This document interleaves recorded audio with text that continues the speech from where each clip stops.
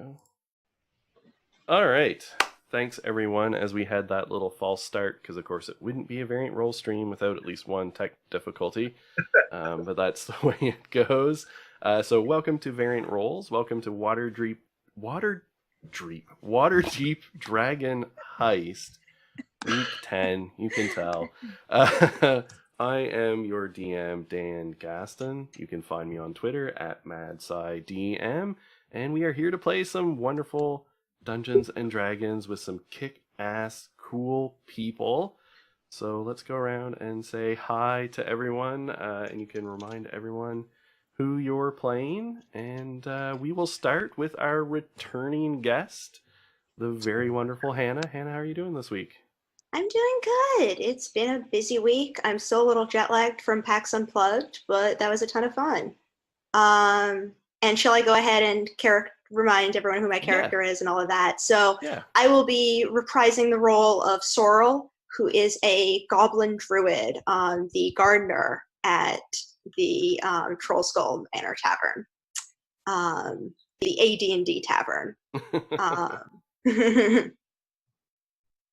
Excellent, excellent. Well, we are super happy to have you back. It is always a fun time.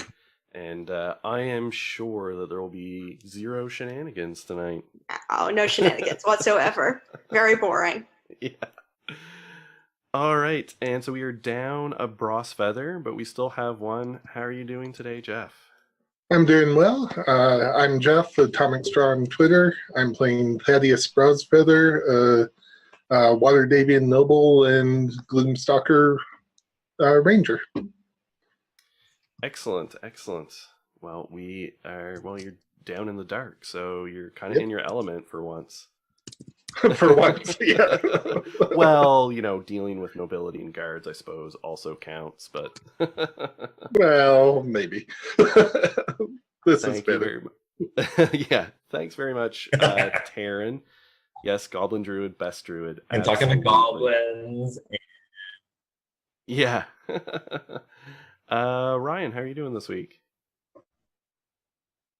Oh, I think Ryan froze. So we'll cut over to Knox in the meantime. Doing well. Glad to be here. Definitely frozen and laggy. Robo. Oh no, someone cast slow on him.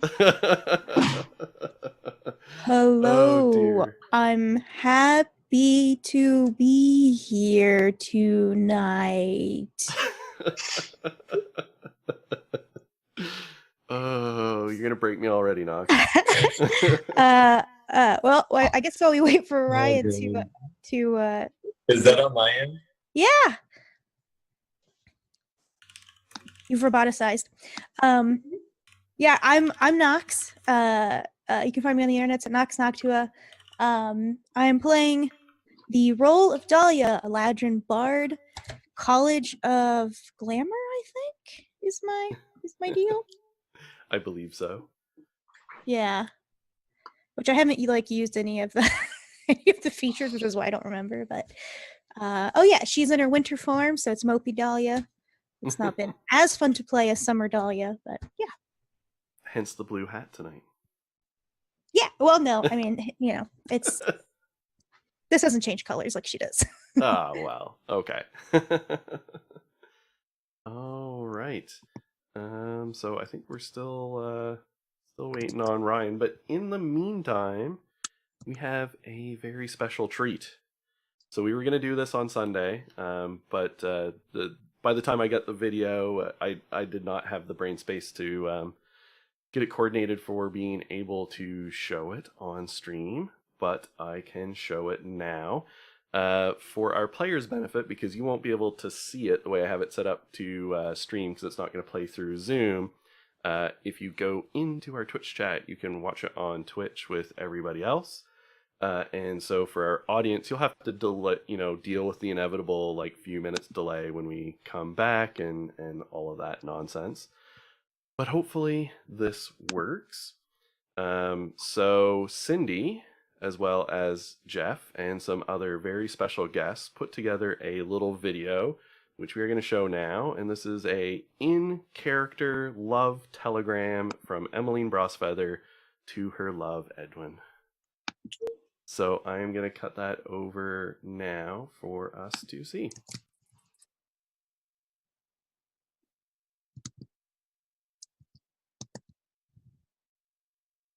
I think.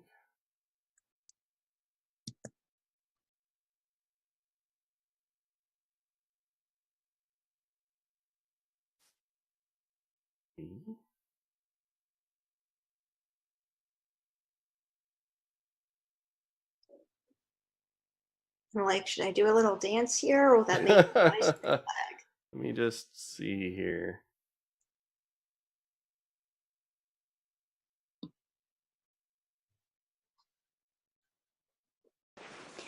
Hi, Edwin, baby.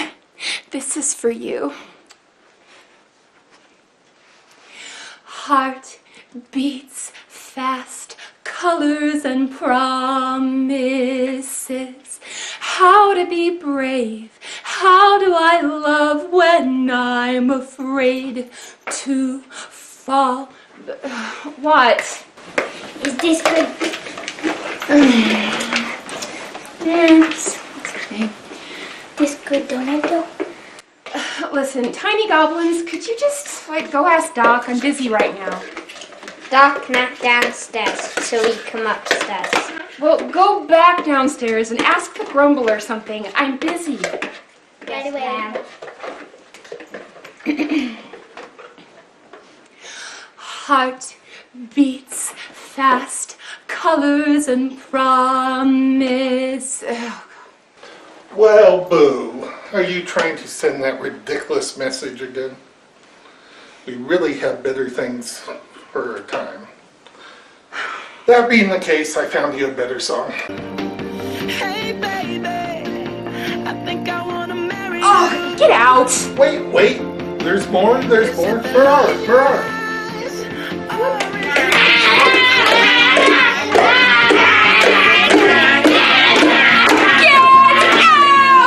Make me!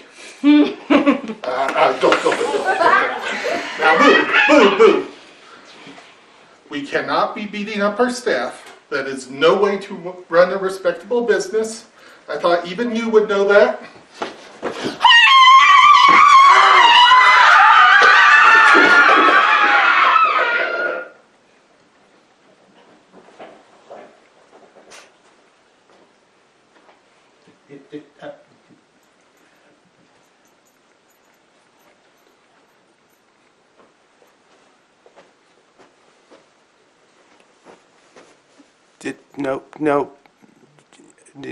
No one's going to watch this.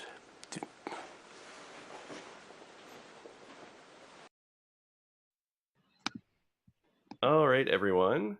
So we are still waiting for Ryan's internet connection to come back, and it is going to be momentarily.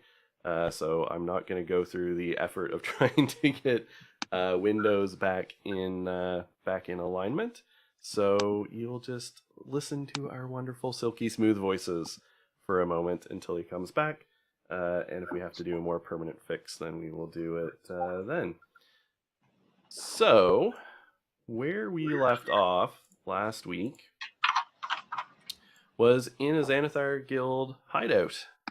So you guys are on the trail of the Stone of Golorr, and had gone to check out literally the X marked the spot on a map, which turned out to be the house of one Fenris Stormcastle in an alley in the Trades Ward, which after much flapping about turned out to be oh, there we have Ryan back. Sorry for that. No problem, Ryan. Turned out to have been I like the balancing axe hand. I'm listening. So after much flapping about, it turned out that the place had been ransacked. But on your way out, or rather while you were still flapping about, because Nox likes that term so much, Lariel Silverhand, the Open Lord of Waterdeep, surprised you mid, B&E while investigating a crime, but gave you some information that she believed Fenris and the stone had been taken by the Xanathar's guild and directed you to a hideout that she thought would be of interest. So when we left off, you had found this cellar, converted the goblin guards to your cause, because that's what happens when you're leading an economic revolution in the city, and dealt with a drunk half-ogre. By dealt with, I meant almost fought, but then managed to pacify. But when we left off, you had poked your head around the corner after almost being caught and found a large metal beholder with some banging coming from the inside of like a hammer on sheet metal, and 3 Derigar dwarves standing in the middle of a big room, and then sort of ducked your head back around the corner. And that's literally where we left off. So you're clustered in a hallway, sort of, just around this big room, and you can still hear the banging and the dwarves talking to one another in Dwarven. But Sorrel, you're in the sewers once again. Someone had sent you a message that perhaps the Grumble and your friends were in trouble and might need your help. So you find yourself outside of a door that's open, leading into, and there's actually a couple of goblin guards now standing outside in the sewer and just waving to you and gesturing, saying, friends, I think your friends are inside.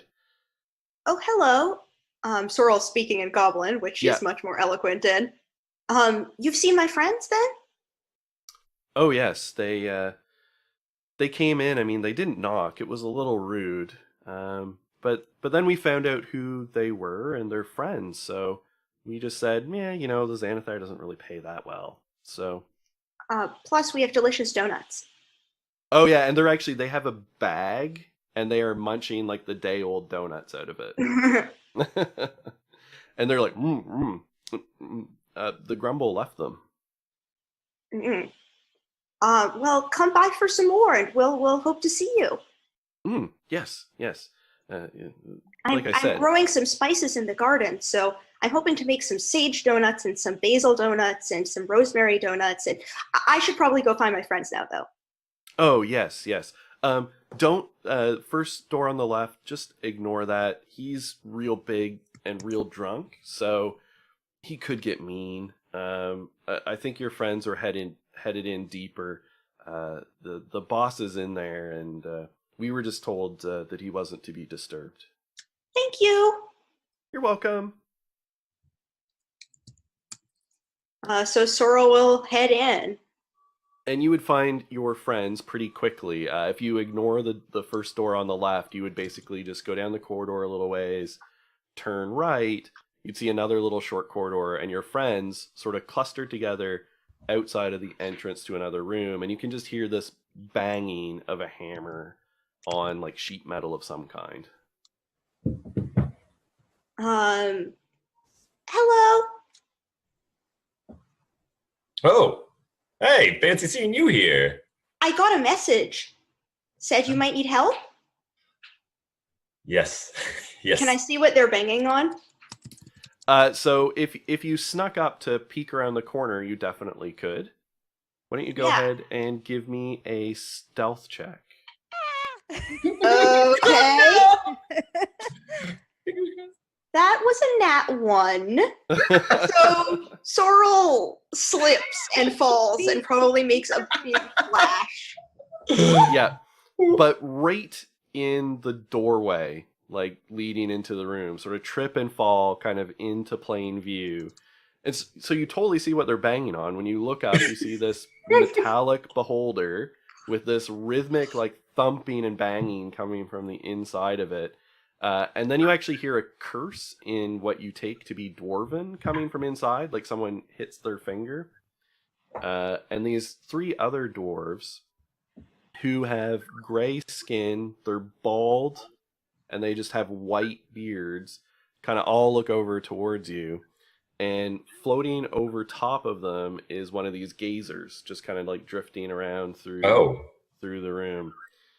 The dwarf goes, "Hey, goblin, aren't you supposed to be on guard duty?"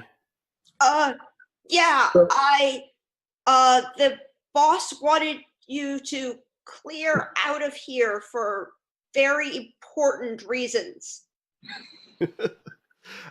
Go ahead and give me a deception check.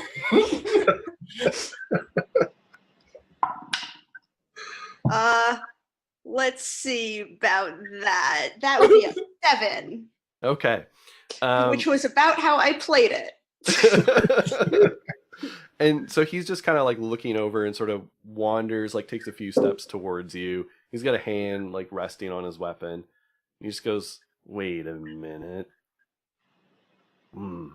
All you goblins look the same to me.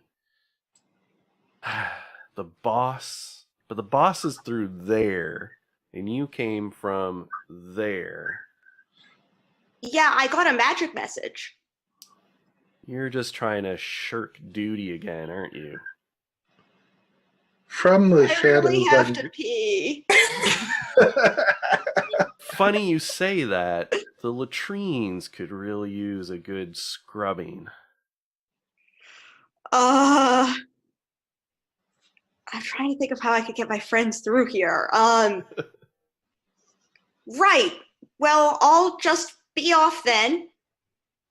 And he's sort of just like looking at you and waiting to see what direction you're gonna go. I'll just be off to my guard duty. Don't have to pee anymore. See ya. I really think those latrines need to be scrubbed. Well, I think you're kind of goblin racist, and I'm gonna smack him with my rake. Give me an attack roll. Okay, let's see. I believe Shillelagh is a bonus action. So I would like to.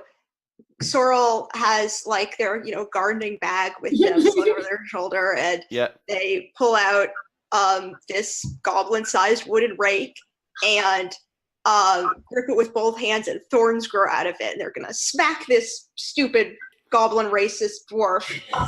And I'm also gonna give you advantage on that roll because I think you sort of have surprise. Very surprised. That will be a 22 to hit. That hits. Good rolls. And that deals 4 damage. Okay. So I was going to say in the shadows, I was getting my bow ready to fire and just watching what's happening. So. Yes, and I did hear you start to say that, so I know that you were prepping that in the shadows. So why don't you give me a dexterity check. Okay. That is 15. Okay. I think you can act quick enough based on when Sorrel steps forward to take advantage of the surprise that is created. Okay. So this will be a sharpshooter. Well, glad I helped a little. Let's see. It's a 19 to hit. That hits. 15 damage. Okay. All right, so that arrow takes him basically he got whacked sort of in the face, but just enough to sort of rattle him up, and he's stumbling backwards, his hand over his nose, being like, "Hey, you stinking dumb little goblin." See, goblin racist. And then all of a sudden your arrow catches him in the shoulder, and he's like, "What?" And at that point, I'll need everyone to roll initiative. All right.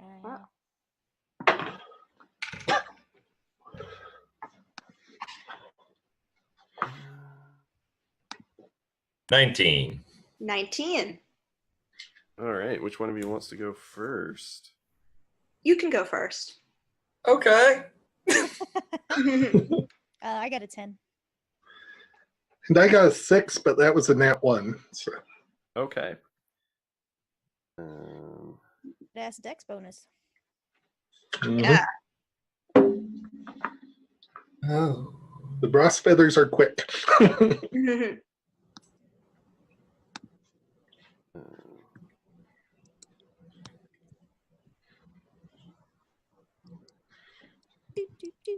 All right. So Doc, you're going to be the first to go. So like you've heard this exchange. You see what's going on. Yeah, and I'll go ahead and actually charge in and kind of plant up, and I'm going to cast Bless on my 3 compatriots here. Excellent. And so, just so you guys are aware, whenever a target makes an attack roll or a saving throw before the spell ends, which gives 1 minute, you get a D4 added to the attack roll. Perfect. So that's an action, and yeah, kind of posting up and over the shield. What's going on here? Sorrel might have made a mistake. Sorry, but he is a goblin racist. He insulted the goblins. Look back at him. Is that true? And I think you a goblin racist. He's going a little red, and he starts doing the like, but I'm not racist. I have goblin friends. Yeah, name one. Skinny Pete. You're lucky. And then and his other 2 companions who are sort of behind him also, kind of step forward and like swing big hammers up on their shoulder and say, "Well, looks like we got some intruders to deal with." And it is Sorrel's turn. Hey, I'm just gonna poke him again with my rake. Okay. That is an 18 to hit. That hits, absolutely. Much better. That's 9 damage. A Okay. thorn like grows out of the for like all the points of the rake, and I just smack him with it. And you sort of like catch him right under the jaw, and he goes catapulting backwards off his feet and goes down. Nice. Nice. Yeah. And the other 2 look kind of aghast, and they're like, "Hey, that goblin got Thorvar real good." Sorrel And then got they're better like, at hitting things. "Oh, we're gonna teach you about hitting things." And they stride forward. Dicks. And it's their turn. Oh no, I'm in trouble. One of them becomes invisible. Oh, motherfucker. The other one doubles in size. Burgar. And that is their turn. Oh, okay. Dahlia. Oh god. What was it? It's a plus D4 to attack rolls? So plus Correct. gives you. Okay. Ahem.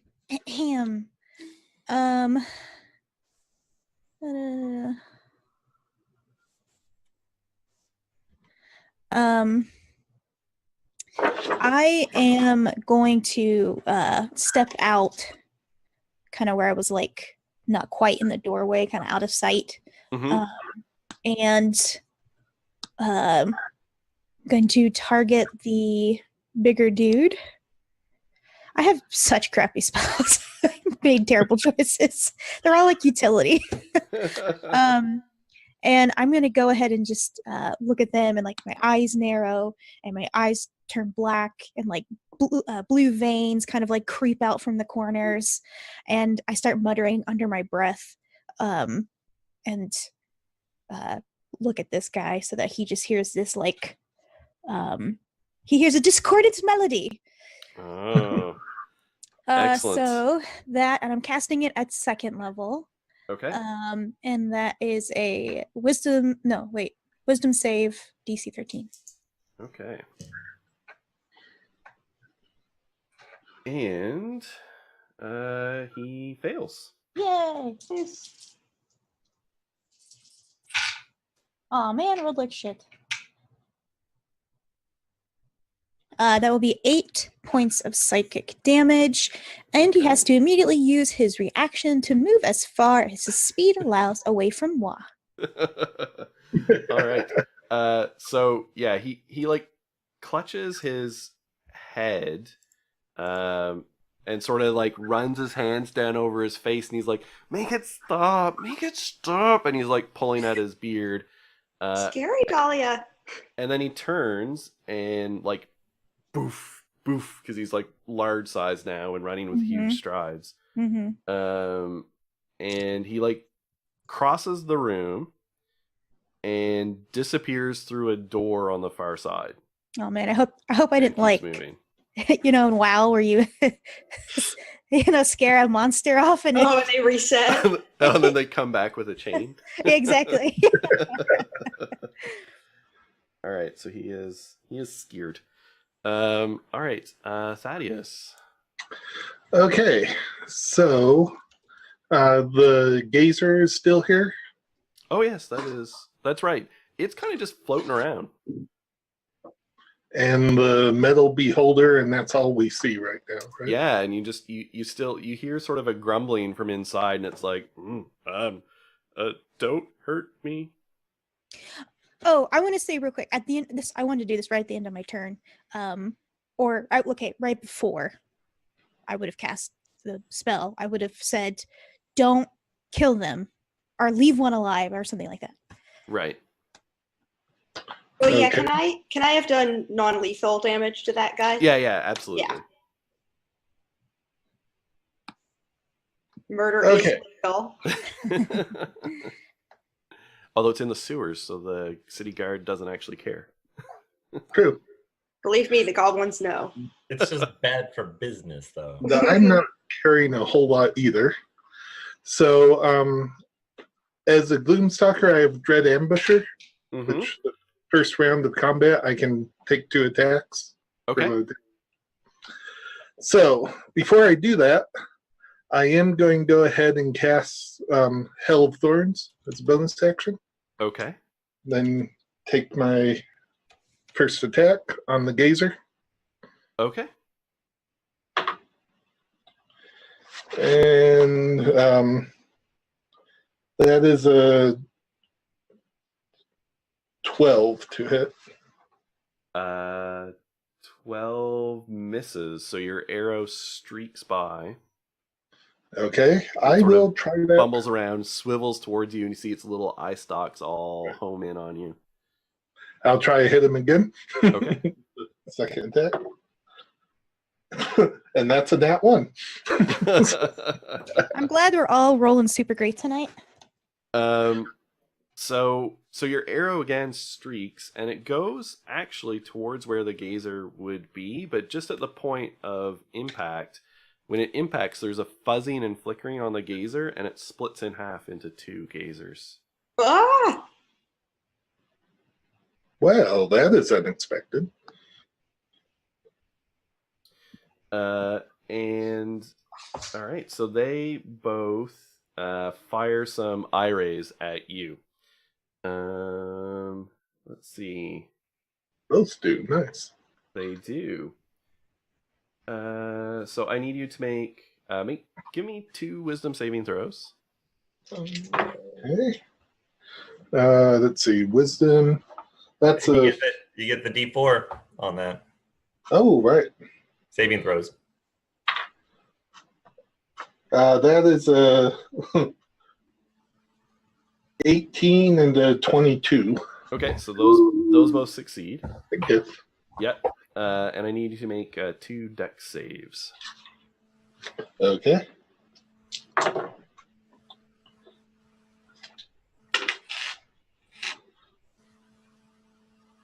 Let's see. Dex. That's a 12 and a 21. Is that with the D4? Yeah. Yeah, and those both succeed. Nice. Okay. All right, so yeah, you're basically like diving and tucking and rolling as these beams streak towards you. All right, so we're back around to Doc. Okay. So there's still an invisible Dwergar somewhere. Visible door guard. Ah, okay. Someone have like a handful of dirt or some fairy fire in their pocket. Right? I did not prepare fairy fire. All you have Yeah, to do- no bag of flour or anything here. Yeah. We are in the sewers though, so maybe with a good enough perception check, we can see footsteps or something. Yep. That's Yeah. I'll go ahead and take a defensive position in front of, I guess, Dahlia and maybe Searle, if possible. Okay. And I'm going to cast Toll the Dead on the big guy. Because he took some damage, right? He did. Yep. Okay. Yep, he ran away, but he should still be in range, and you'd kind of be able to see him. In the Yeah, next 60 room. feet. Yep. Absolutely. Okay. Then D12. That And is... definitely fails the saving throw. Oh, yeah. 6 damage. Okay. All right. So you hear like a bellow of pain, and he's like, "Oh, now ringing? Oh God, so much noise." All right. And then, yeah. I'll- Sorry. I'll go ahead and holler. It's like having heard that voice in the metal spheres. We're not here to hurt anyone. Let him know. I don't believe you. I don't believe me either. I hear the violence. Sorrel, it's your turn. Oh, I think you're still. Sorry, yeah, I was muted. Yep. My cats are having a great time, but it's a little noisy. Are the gazers next to each other? They are. Since they're small, can I catch both of them in a 5-foot radius? Oh, absolutely. Yeah. So Sorrel raises their rake up high and says, "Bad eyeballs, go away!" and casts Moonbeam. Okay. So they must make Constitution saving throws, DC 13. All right. They both fail. Nice. They're going to take 12 radiant damage. All right. So as the moonbeam strikes down sort of from the ceiling and catches both, they do that like burning thing where like bits and pieces of them start flaking off and turning black and disappearing in the moonbeam in the radiance, and they just keep getting thinner and thinner until they totally vanish. And when they do, there's this like pulse that ripples through the whole room, and the Dwergar that was invisible sort of gets hit with this shockwave, which causes him to like flicker into visibility, and then he vanishes again. I'm gonna back away from the Dwergar, both of them. Well, so there's the one still in the other room, and the one who was invisible. Right, I should right away. specify, when he kind of turns visible again, then when he vanishes, there's like a distinct popping sound, and like you can sort of see him almost like be ripped out of this place. Like it is a violent removal, not like turning invisible again. Oh. What was that? I'd say it was a good job. Thank you. But wait, there's the other one that's still running away, right? Yeah, there's the one in the room. So in the other room, and he's still yellowing and bellowing about the noise. Does he get another saving throw, or does it end at the end of his turn? Or I think it's just that one turn. oh, okay, all right. Yeah. So then it ends. Okay, so he sort of like stomps. He kind of like charges back into the room, but it's going to take his full turn just to charge in, so he's not going to be able to take an action. So he just re-enters the room, and he's like, "Oh, you're gonna pay for that." And then it's Dahlia's turn appropriately. How does he look? Not great. He looks Okay. haggard. He's torn out some of his beard. He's got like a little blood leaking out of his ears. I'm gonna go to the other Dwargar that's unconscious, Mm-hmm. and make sure that he's like not bleeding out. Oh yeah, he's just And then unconscious. also ready the butt of my dagger in case he gets up to give him a good thwack in the temple, so he Okay. knocks back out again. But I'm not gonna try to engage any other way. Okay. Thaddeus. Oh, I think you're muted. Sorry about that. No I'm going to problem. cast an ensnaring strike at the big guy. Okay. So that is a 26 to hit. So that hits. So it's a save or restrain strength save. Yeah, what's your DC? DC 12. And yeah, so like the vines spring up and he just kind of laughs and he's like, maybe on someone smaller, and he just rips them off. Okay. Does he still take the weapon damage on that? I believe so, yes. Yeah. So that was not sharpshooter, so that was a 9 points. Okay. He looks real bad. That definitely hurt him quite a lot. They are out. So we're back around to Doc. Okay. Well, how do we want to do this? Do we want to try to keep him going or heal him up after we're done? And you hear a voice from, there's another, like you sort of glance down, there's a door sort of on the south side of this room. And a voice calls out from it and just says, aren't you done with them yet? Do I have to do everything myself? Oh God, who is this? Damn it! Oh God! I look. I think we're going to have our hands plentiful. Right. Don't let the combat. And so I'm going to go ahead and cast Toll of the Dead on the big guy. Okay. Did any of us recognize that voice, Dan? No. Son of a bitch. Hate this. Okay, wisdom saving throw at 13. Oh, yep. Succeeds with a natural 20. Okay. So let's see.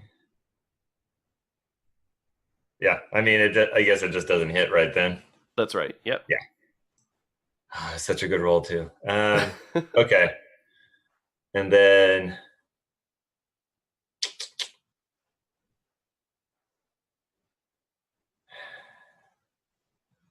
yeah, I'll go ahead and just continue the defensive position in front of Dahlia and maybe Cyril if she's around, just making sure I'm between him and them. Shield up. Yep. Okay, sounds good.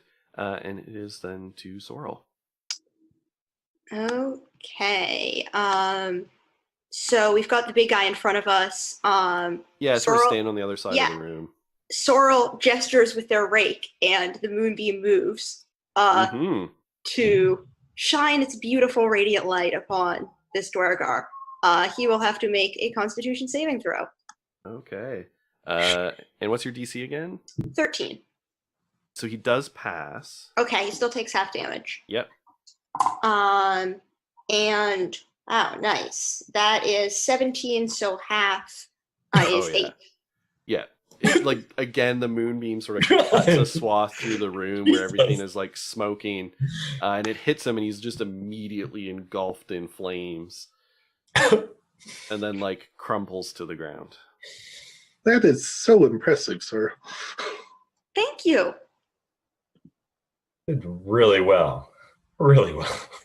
Let's stay at attention, guys. Right. I'm looking around for this voice. Yeah. So the voice from the room, basically to your south, the south end of the room, comes out again and just says,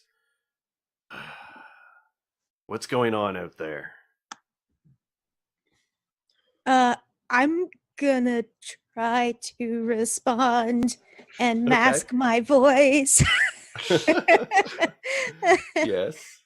And imitate the what I imagine is like a gravelly sort of accent in common.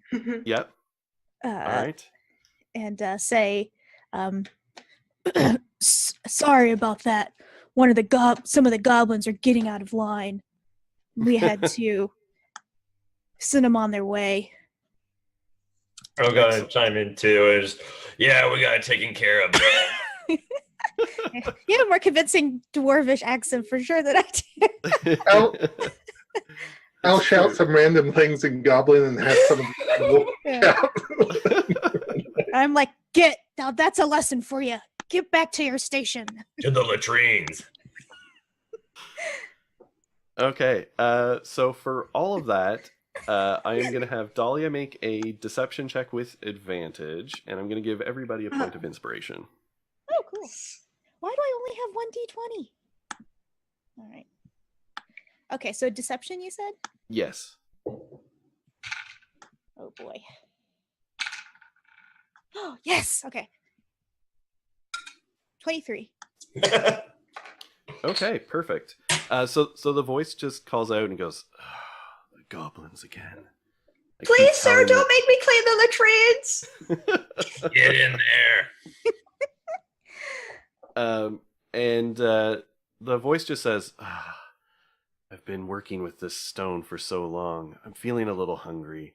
Why don't you make sure someone brings me in something to eat? Maybe some wine. We will. We'll be right back. And I look at the rest of the group and I motion them towards me. And meanwhile I'm like leaned over this passed out one. Mm-hmm. Right, we should tie him up. Yeah, I don't have rope. So if anyone else has something to tie I got it. I got you. Good. I picked up a couple of the manacles and just slapped those on. Okay. Sure. Does anybody have something to write with and on? On your person at this moment. I have a spade. How dirty are the walls here? That's not. No, I'm afraid that's not. That's I think Sorrel, but no, that's. But it's really good to see you again. I'm sorry it's in these circumstances. I hope that we don't die. Me too. Thaddeus, do you have any? I have nothing like that. It's so hard to plan ahead for these things. Does it look like? Go down. Wait, I don't want to talk there. Go back. Do you happen to have anything on you that might be poisonous? Oh, I don't. What were you thinking, Dahlia? Well, I have this pin, and I gesture to the spider pin on my scarf, and I was thinking I could forge a letter as if the Xanathar himself had wrote it, and assume some fake identities for us. But I need something to write with and on. Is there anything in this room that looks like I could write with and on? Tell you what, why don't you give me an investigation check? Oh, great. And hey, does anyone want to help? If anyone is going to aid you. Yeah, I'll go ahead. I want to also take a look at the Dwergar in the process. If that's possible. Or is that going to be a separate? Searching the Dwergar would probably be a separate thing, yeah. Okay, well then I'll help. Sorry, go ahead. Can I make a nature check to look for poisonous mushrooms or fungi or something? Absolutely. 18. Okay. I got an 8. Oh, no. You find some mushrooms. But it's those unfortunate ones where it's like, is this a death cap or a tasty mushroom? It's very hard to tell. Dahlia, you do find, you're ruffling through stuff, and near the beholder, you find a pack, which when you go through, you actually do find paper and, quills and stuff. And the voice from just inside the beholder just says, "Take what you want, just don't hurt me." Wait, there's a voice inside the beholder? Yeah, there was it's a talked to guy me a couple hidden in there. times. Oh man. Okay. I'm just gonna stay in here though. I'm just repairing this. Just. Are you a goblin? Is it a goblin? Does it sound like a goblin? Actually, sounds more like a dwarf. Oh, okay. I'm going to cast illusory script. It does take me a minute to do, and I'm going to I'm gonna take someone's Thaddeus, come here, turn around, and start trying to forge a letter that says, from the Xanathar, these are the 4 new. The number is flexible as people return to play with us, but Right. these are the X number of people that I have sent to help protect the stone and to escort it to me. You can relinquish it to them, and then I'm going to make the symbol of the Xanathar and the whole thing. Okay. Nice. Excellent. So while you're doing that and while you're writing, the voice calls out several times. It's like, "God damn it. I said I want some wine and a snack. What does a crime boss have to do around here for a goddamn sandwich?" Who is this guy? I'm sorry, sir. I spilled the latrine chamber pods. So Ugh. how quickly could Doc don whatever the Dwargar are wearing? Just a quick toss on.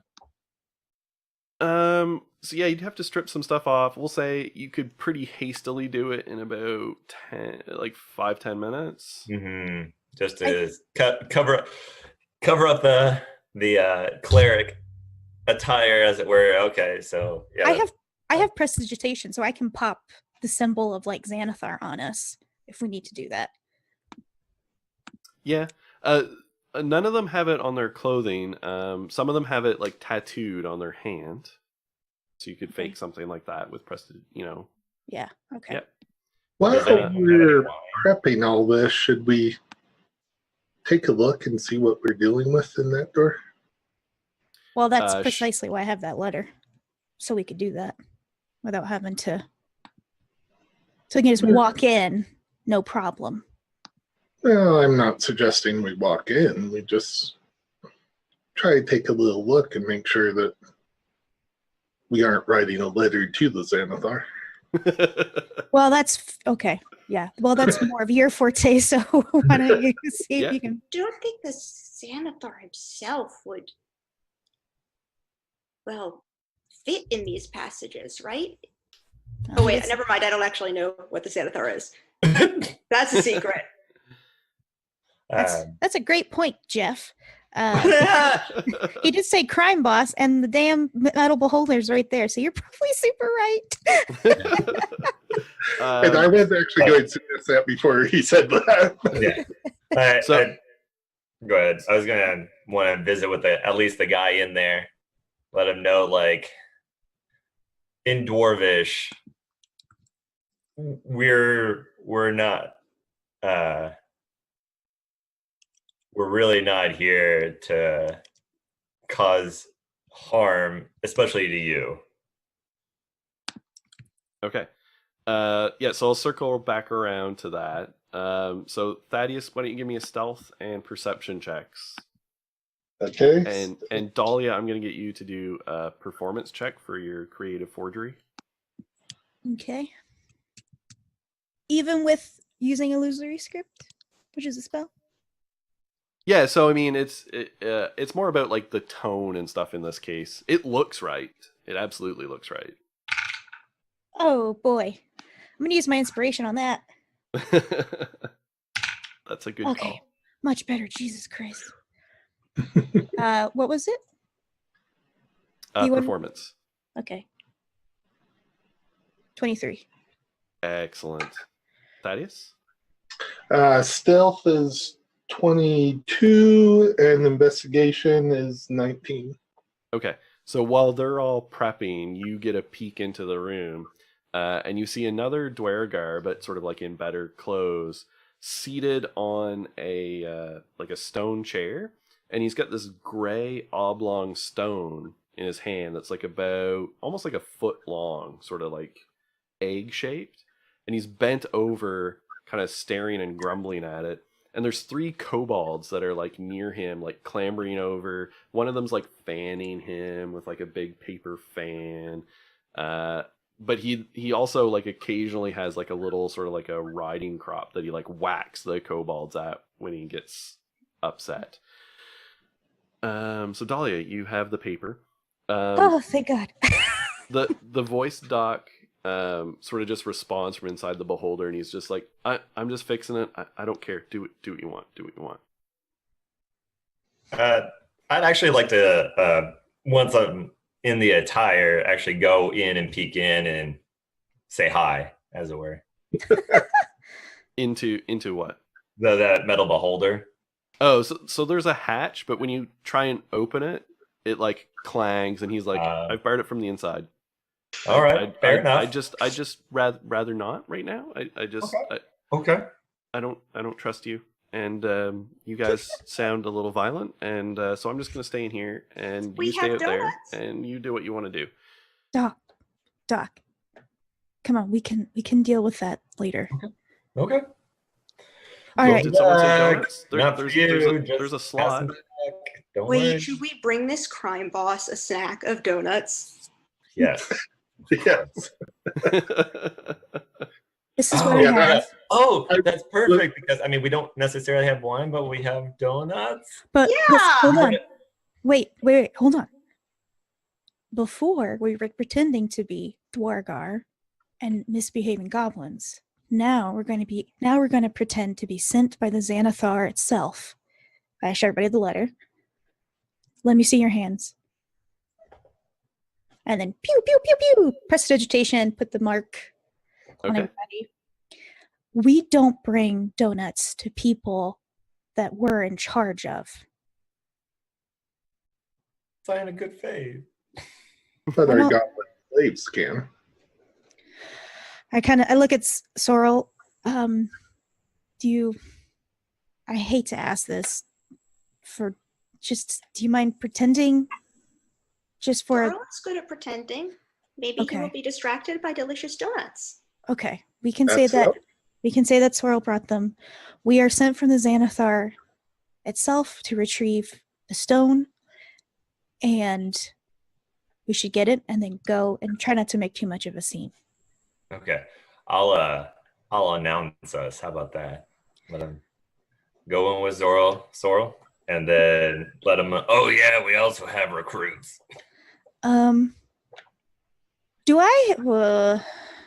Here's the thing that I don't know about is what the relationship between the drow and all these other people are, because I've got this like spider pin. So you don't know. It's like, the drow aren't all like a unified society. Certainly the regular drow are generally doing their own thing. Whether there's any drow who work for the Xanathar, you don't know. Look at Sorrel, Doc, and Thaddeus. Should I try to leverage this to our advantage or not risk it? I don't know. I wouldn't mention it if it doesn't come up. Okay. We haven't seen any drow trace here, so. Okay. And in fact, you found this in a place that the Xanathar had hit, but you don't know. Right. Yeah. Where it So came I'm gonna take it off and pocket it. Okay. And I'm gonna try and rearrange my piece of fabric to make me look like, I don't know, some ne'er-do-well. Mm-hmm. And I'm gonna say, let me lead us in. And I look at Doc. Okay. All right. The look on his face. I trust you. I'm gonna straighten up, adjust myself, cough a little bit, roll my shoulders back, stand up super high, and I have my letter, and I walk in to the room. Mm-hmm. I kind of wait for everybody else to follow me as well. Mm-hmm. And I'm going to hold the letter, have the letter held out, and announce myself. Stand down. I'm here by order of the Xanathar himself. All right. Why don't you give me a? Well, we'll just go with a straight deception check. Do I get advantage because I have a letter? Sure. Yeah. Absolutely. Okay, yay.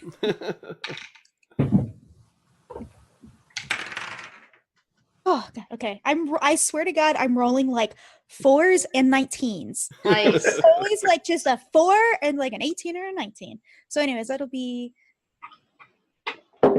23. Okay.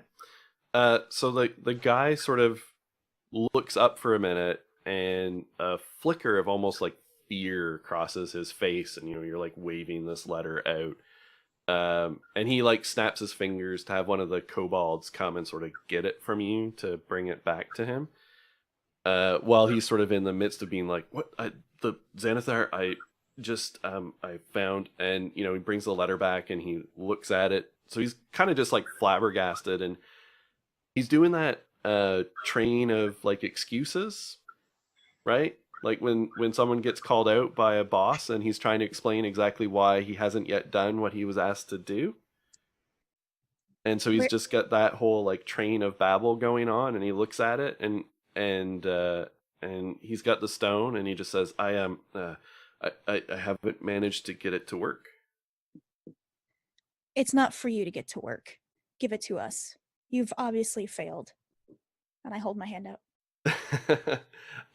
This time make a persuasion check with advantage. Yay, that's what I have a really high modifier in.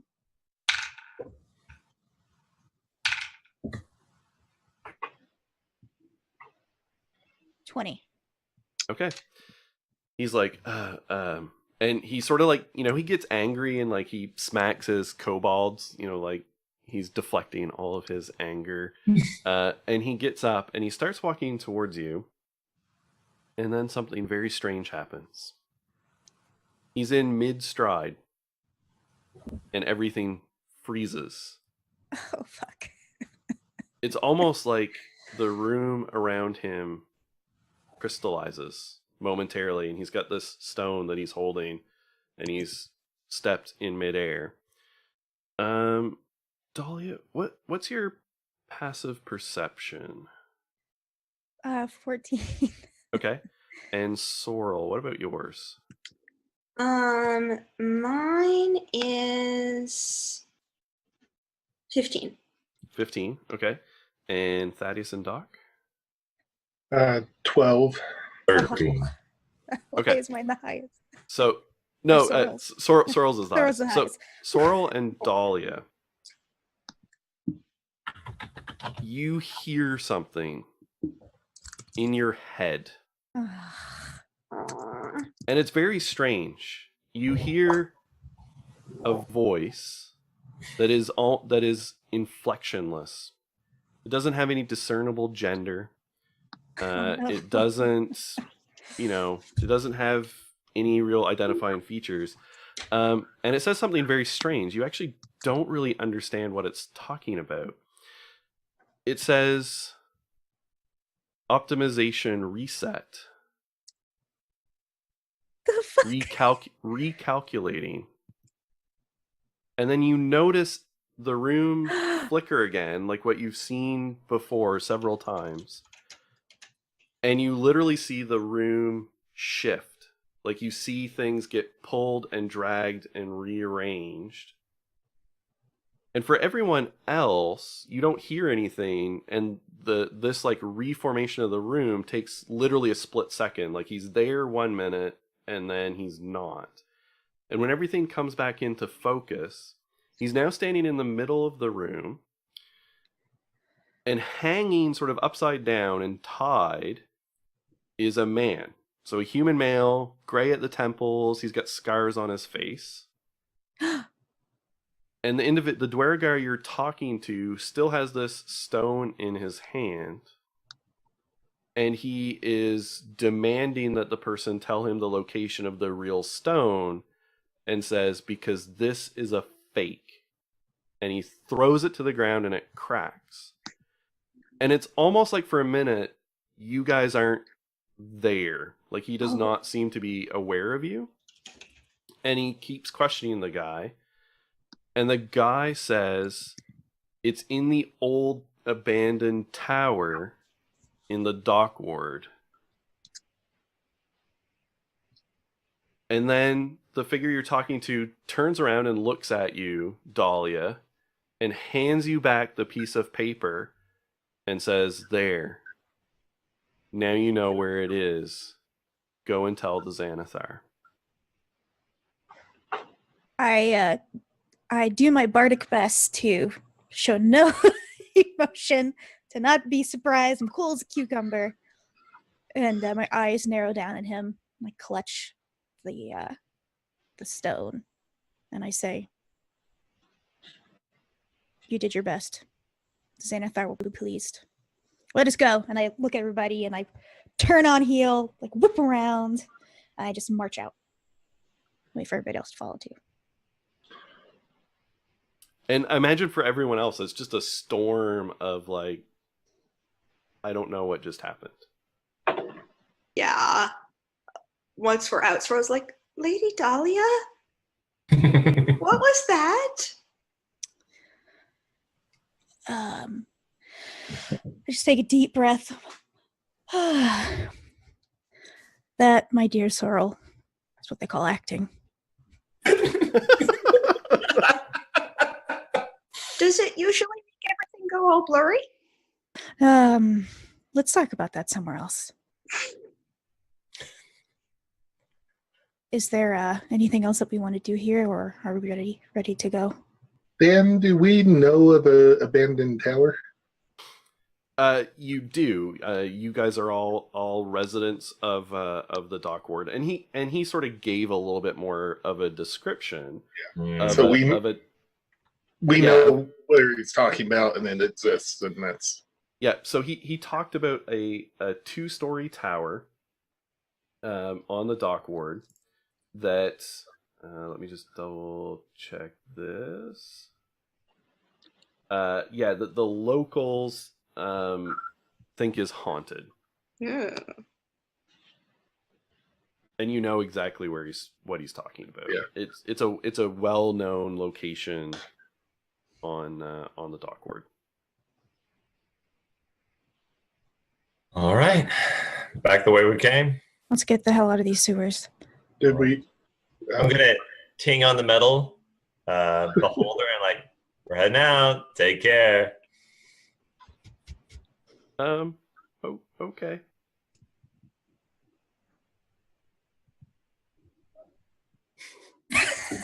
That's all the voice says from inside. Yeah, no, that's all right. All right, do we head out? Yep, sounds good to me. Yeah. Are we going back to the homestead? Or do we just go to the tower? Well, do we want to go now, or do we want to go tomorrow? Tomorrow. I think I need a drink. But maybe if we don't go now, it won't be there. Yeah. True. Well, how's everyone feeling? Just kind of rub my temples. Oh, I don't know what the best decision is right now. What time of day is it, Dan? It Out would- of curiosity. I think it was like maybe mid-afternoon or something.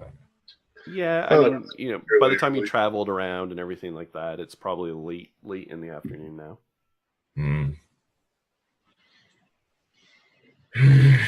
Well, we might as well go walk by. See what's there. Yeah, do a quick pass through. Maybe we can, what do you call it, snope the area?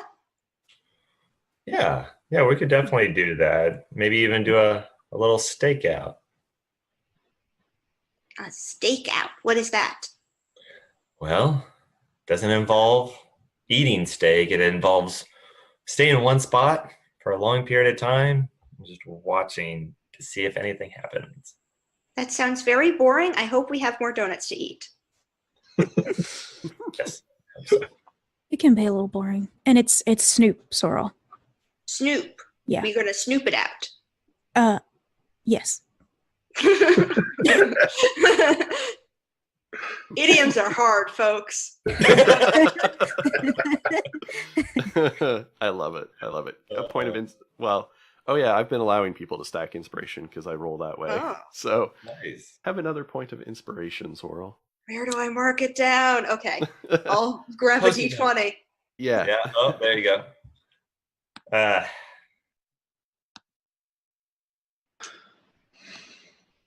All right, so we head to the dock ward. Yep. Yeah, so you're able to find your way there pretty quick. And you do come to, the grounds around the tower is sort of clear. There's sort of a yard with a low stone wall. And this relatively simple 2-story tower. It's got like a little bit of a chimney coming off of it, a wooden and thatched roof, and arrow slit windows. So they're only like a foot wide. They're pretty narrow, about 4 feet tall. And a little like vestibule sort of entrance. There's a little winding stone path that goes up. There's a door. It's closed, but it's kind of like hanging. It's slightly crooked on its hinges. The whole place looks run down. There's no smoke coming out of the chimney. There's no lights on inside. Oh, I think you're muted, Doc. As we're starting to do a slow pass, I want to go ahead and maybe even before we were getting there, start doing a prep detect magic as we were getting closer. How about that? Yep. So the interesting thing that happens when you look at the building with detect magic is like normally you can sort of, well, you can't necessarily see in through things, but encasing the entire building is a glowing, shimmering aura that really follows the building like a skin peeled over it of abjuration magic. Abjuration, okay. What kind of magic is that?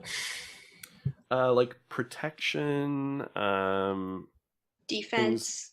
Defense, yep. I think counterspell is abjuration. Yeah, shielding. Dispel magic, shields, things like that. Okay. Oh, yeah, just like my shield of faith. Okay. Cool. And then just kind of out of the side of my mouth or whatever, as we're talking in like a hushed voice, I'm like, it's got a magic aura around it, the entire tower.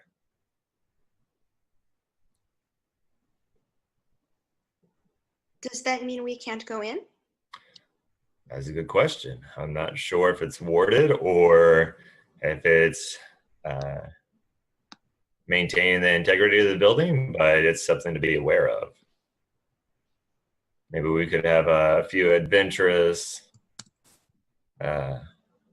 the grumble, make a quick pass, see what they encounter. How do we know it's not going to hurt the grumble? Oh, that's a good question. I don't think that it's right of us to No, use the grumble as sacrificial guinea pigs. no, I agree. Could throw a rock in the window. See if anything happens. That is a good idea. Is this kind of magic usually, is it just a layer or is it the entire, is it solid? Well, so Doc wouldn't be able to tell because it sits on the outside of the stone and he can see that, but he can't like see through the stone wall. Mm-hmm. But I think, Doc, you probably get the impression that it covers, like it's an effect that probably penetrates into the inside of the building. Okay. That sort of like disappears into the stone. Gotcha. Relay that to the rest of the crew. We could ask around. Maybe people around here know if it is dangerous and it will hurt you if you try to walk into it. Yeah. Well, so what you guys knew, just sort of from living in the city, was that locals kind of think that it's haunted and sort of tend to avoid it. You don't know if there's any truth to that. They just Right. Is there any kids or teenagers or More small children to manipulate? that would actually be throwing rocks at an old house? Oh around? yeah, there's totally like some teenagers sitting on a stone wall across the street, smoking cigarettes and drinking cheap wine. Of course. Is one a jock? One's a nerd. One's an It is outcast. awkward after all. One is definitely Awkward. Yeah, one's definitely tall and lanky with like long dark hair, like half covering over one eye that he has to like keep flipping back. Don't let my sister see him. Oh no! You're pretty sure he's smoking a clove cigarette. Oh my god! I don't even make those anymore. Ella. Want to walk up to these kids and be like, "Hello, fellow children." No, I'm kidding. Fellow I'm kidding. I'm not going to do that. But do want to at least go up and. You kids see anything over there? The tower? Damn it, Dan. Oh well, I think it is. People say it is haunted, but I don't know. I think that is nonsense. I think that's childish. You guys aren't childish. What do you think is actually going on over there? Oh, Moonshine? perhaps, or just abandoned, creepy building. Maybe strange wizard lived there. Who knows? Blows the smoke in your face. Just stand there, not even phased, letting it seep into through the beer. And you see anyone going in, going out? Not as long as I've been here, no. All right. Like taps out the cigarette a little bit. Tell me, you must have seen some interesting things here in the city in your time, old man. I have. You remember the sun drain? The spell plague? No. Yeah, I do. That's some shit. The old days, huh? Things were interesting. True, but there's still plenty of days ahead of us. So you'll have old days soon enough. Maybe, of course. Appreciate it. And then So as he's doing that, I'm going to walk up close to the building and see if I can see anything through the arrow slit windows. Okay, go ahead and give me a perception check with disadvantage. Or no, not disadvantage because you have dark vision. I do. Perception is a 15. Okay. So on the first floor, you peek in sort of through one of the sort of arrow slit windows, and you can see a stone spiraling staircase that goes up to the second floor, and as well as down, and some like abandoned, broken furniture. Well, that's pretty boring. No decorating sense at all. I'll go back and tell them what I saw, but Okay. So many cat noises. Oh, my cat seems to think that the door is closed, even though it isn't. My cat So was she's trying to sitting play down with that with it. D20 I set out for inspiration. Oh. She was like, my inspiration now. It's all mine. All right. Well, maybe we should just try to go in. I mean, it's not like there's a pile of dead bodies around the door, so it probably won't kill us. good point. could just be an alarm or something. Sure. Yeah. I'm just. I'll go walk in. Yeah. Yeah, I'll follow right behind Thaddeus and Yeah. acting like we're the new landlords. This place is going to take a lot of cleaning. Just pretend like you belong. I go in last for sure. Well, of course, I do belong. The city is mine. Right. The Bros Feathers rule it by right. So you push open the door. Like I said, it's kind of like hanging on the screws are half out on the hinges, so it's hanging a little crooked. But the door does swing open easily enough. Once you get the first jammed out of the door. Yeah, I go up to suavely open the door. Split second, lose your composure, and then... Yeah, and so you open it, and like I said, the room just has some broken furniture and things like that in it. Once you get through the vestibule, there's a fireplace on the west wall. It's it blackened with soot, but it's cold. It doesn't look like it's been used in a while. And there's a burned heap of what you think was formerly a leather armchair, but it's been half consumed by a fire, and the rest of it's all scorched. There's also a couple of long swords just laying on the floor. Honestly, who looks like this? They look nice. They have well-made handles. There's a little bit of silver and gold decoration on them. Nice bright blades. They're untarnished, untouched by rust, which is unusual because everything else in the room, metal, is kind of rusty, with the salt air. I'll go and pick one of those up.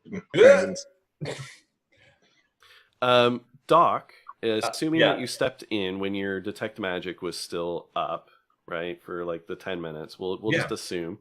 When you step in, it winks off. Oh shit.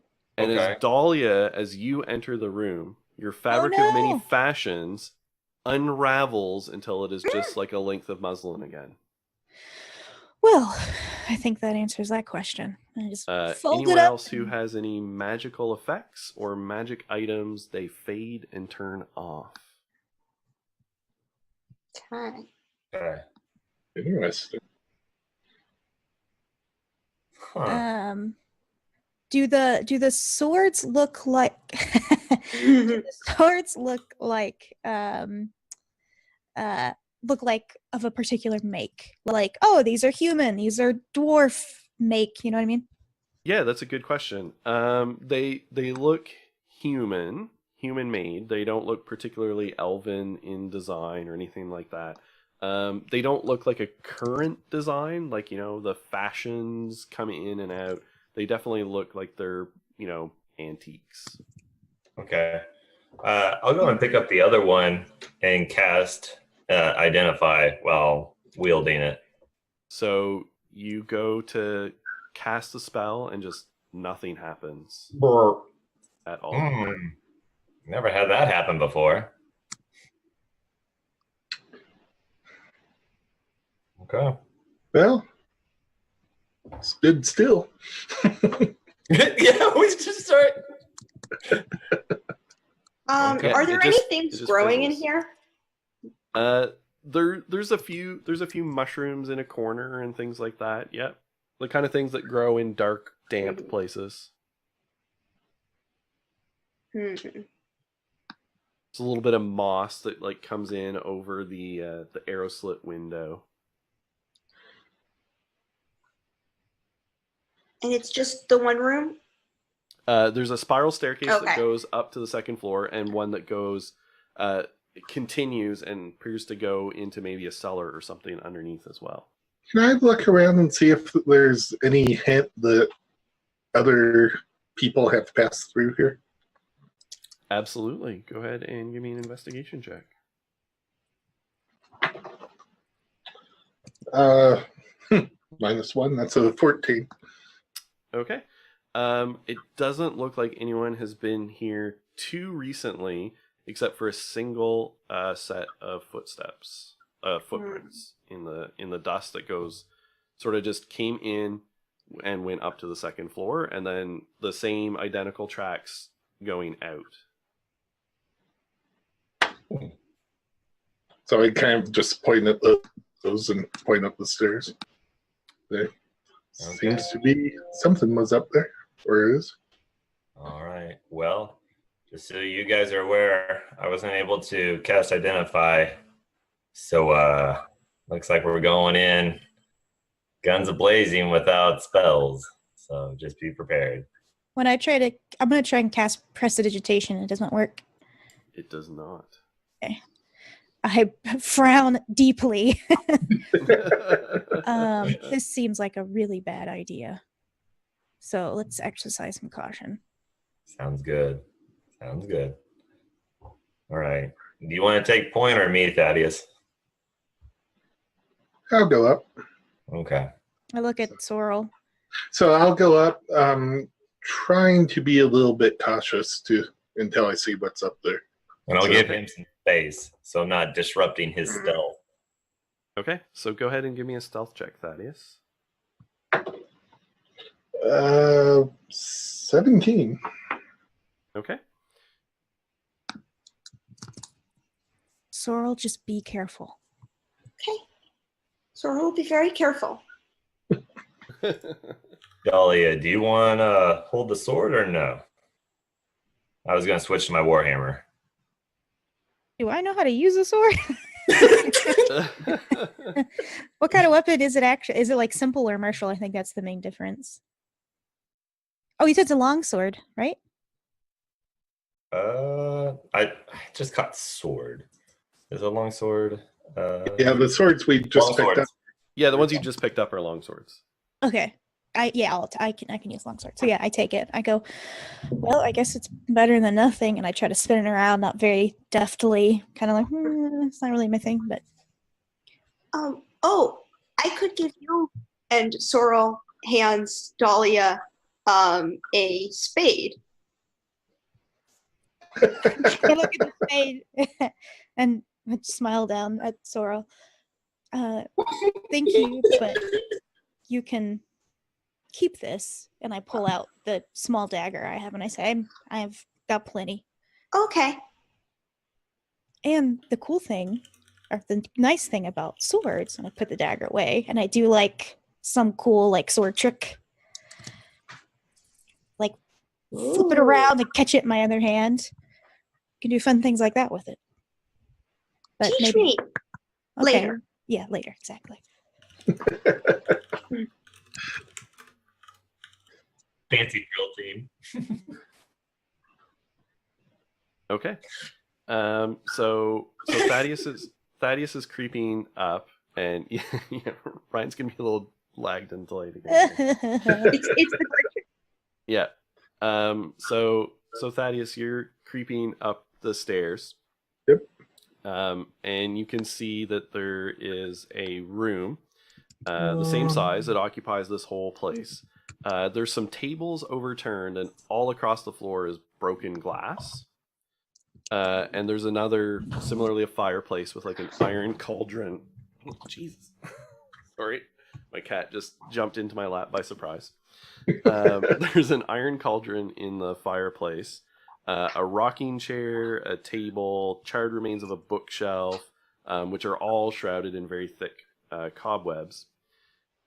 But in the room, kneeling over the fireplace and reaching into the cauldron, is a tall, dark-skinned, light-haired drow, clad similarly to the individual you had encountered sometime earlier, Soliston.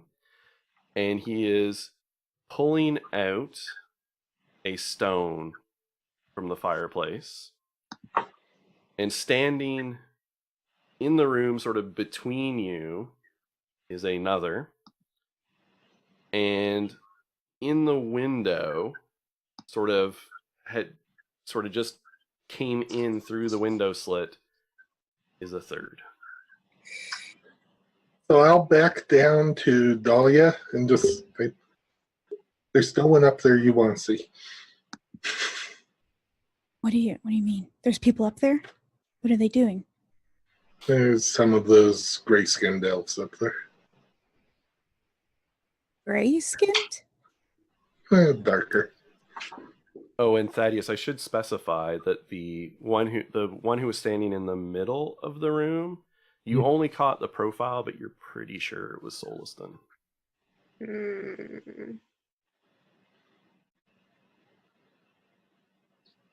Wilson was the guy that we captured earlier, right? Yes. Yeah, okay. So make sure. How many are in there? I saw 3. One just arriving through the window, it appeared.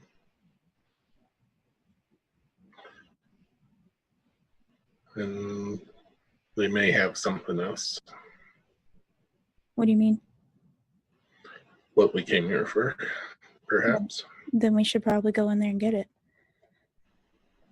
before we lose it. I mean, that's what we were sent here for.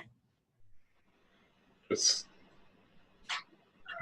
want to make sure you're okay with this.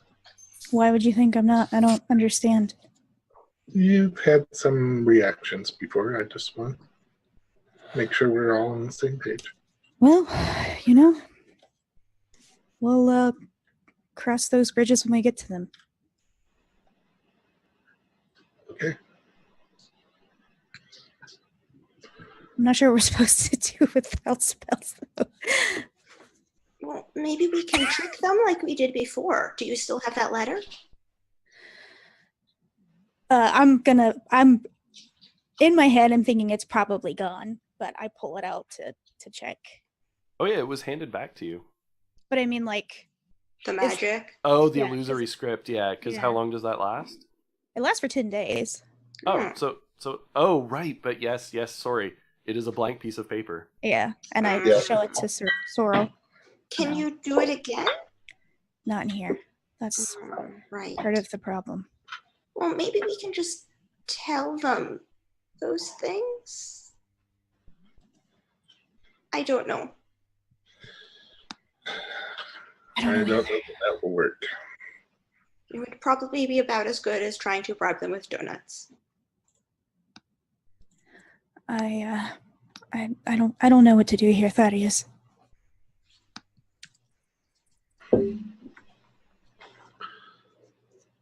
Well, we've come this far. I think we have obligations to retrieve that stone. It can be of little help to you in a fight like this if it comes to blows.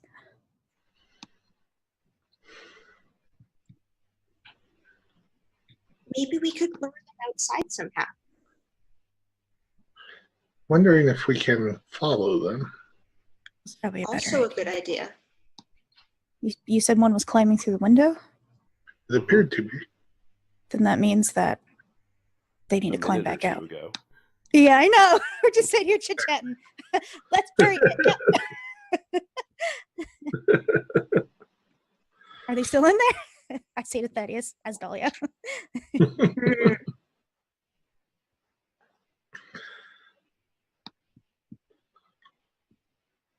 Why don't you guys go outside? I'll watch from in here. Okay. You watch the outside. Sorrel, let's hurry up. Okay. Actually, Sorrel, come here. Holds my arms out. Let's go for a ride. Okay. And Sorrel puts their arms up too. Pick Sorrel up and I rush downstairs because I figure I could probably run faster than Sorrel can. Probably. Yeah, that is probably true. Just one second. Oh. Yay! Yay! And I'm going to run out and down and to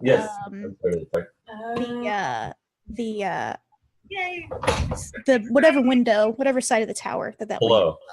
Sorry. Welcome back, Ryan. Okay. All right. And Thaddeus, what are you doing?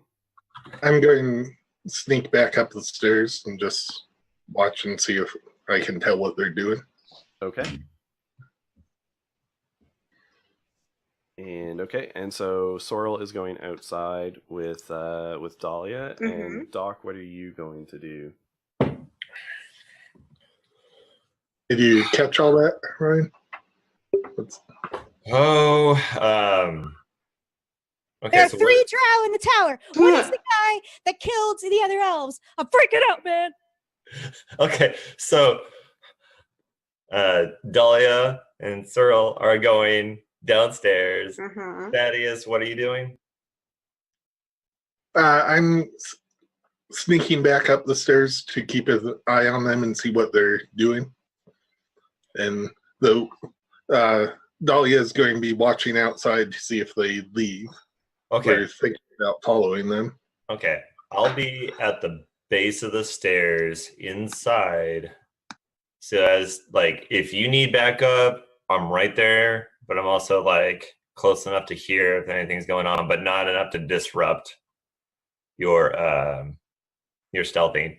I will, however, ask you to lean in real fast. I'm going to pat you on the shoulder and cast guidance and wish you best of luck. Thank you. And you say your prayer and nothing happens. Nothing happens. Damn it, that's right. God. Well, I appreciate really best of luck. All right. Okay, so what happens roughly simultaneously as Thaddeus like sort of peeks back into the room and Dahlia and Sorrel go outside? Thaddeus, you see only the one figure is in the process of like going through the window. But give me a stealth check. Nat 20 for 25. Okay, so he is in the process of exiting, and you don't see the other two. Dahlia and Sorrel, what you see is you see one individual climb out the window, but as they're exiting the window, this is really hard for you to see because as they exit the window, they're turning invisible. It's like they enter and are like, as they're pushing through something, they become invisible. So you only see that little bit that's like framed and still inside the window. And at least one person you didn't see. So this person exits the window and vanishes. And then you see a third person in the process of climbing out. And that is the person that Thaddeus also sees. So what are you doing?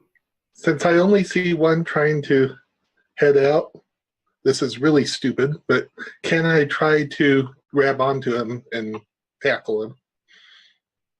You absolutely can. Go ahead and give me a attack roll.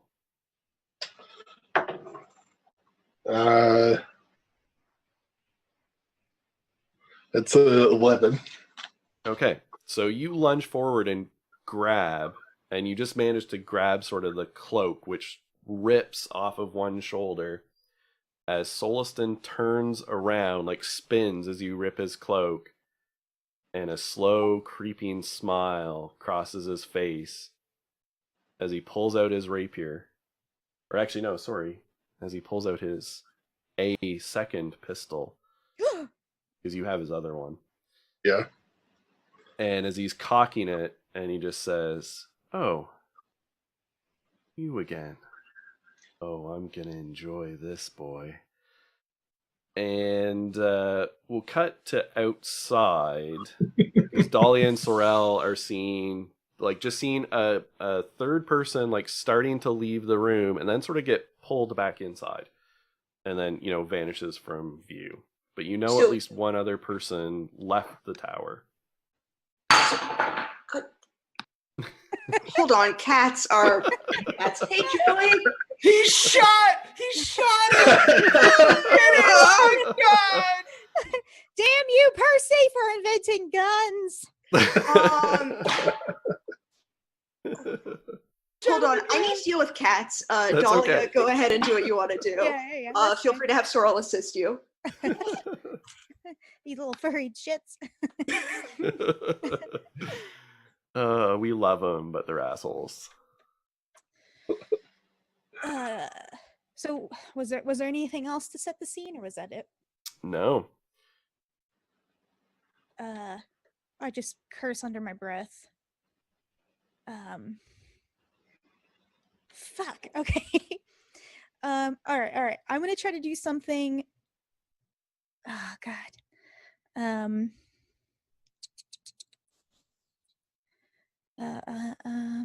Oh man, that's not gonna work. Ugh.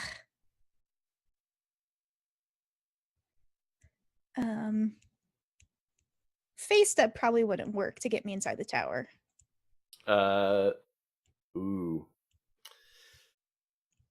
That's a tricky adjudication because I know what will happen, and roughly, and Dahlia probably does too. I think Dahlia thinks that's probably not a good idea.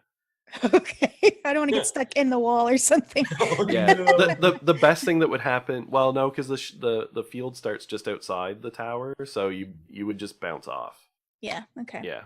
I didn't think it would work. Yeah. But if you tried to do it like to go up to like the second floor or something, like you would fall. Yeah.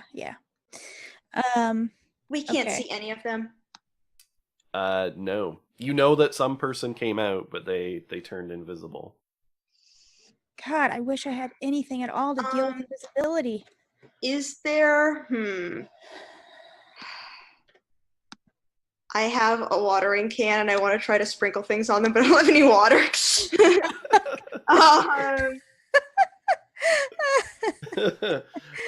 I like where you're going with this, though. I want to see. Oh, put a little bit of Yeah. dirt in there, and then you sling mud.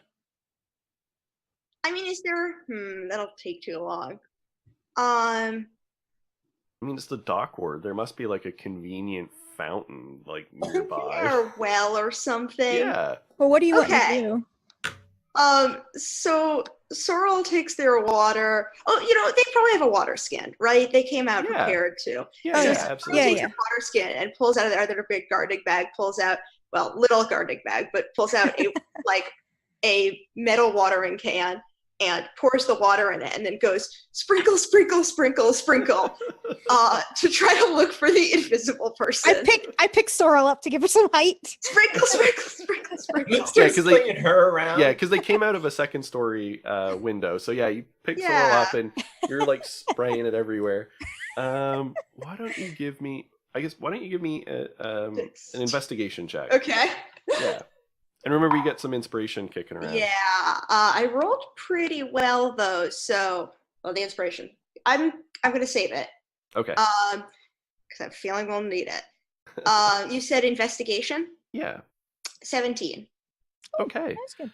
So it's water, and you're like throwing it everywhere, but you do like some of the drops, and you're just kind of like eagle-eyed on how water should fall. And at the far end of your arc, because it's up high, some of the water sprinkles right, sort of like rain falling on a cloak, and you see like the little impacts of the water as it like stops and gets redirected. And it's an arc going like 10 feet from the second story of the tower to a rooftop that's nearby. Oh. Do I see this? Why don't you give me a perception check?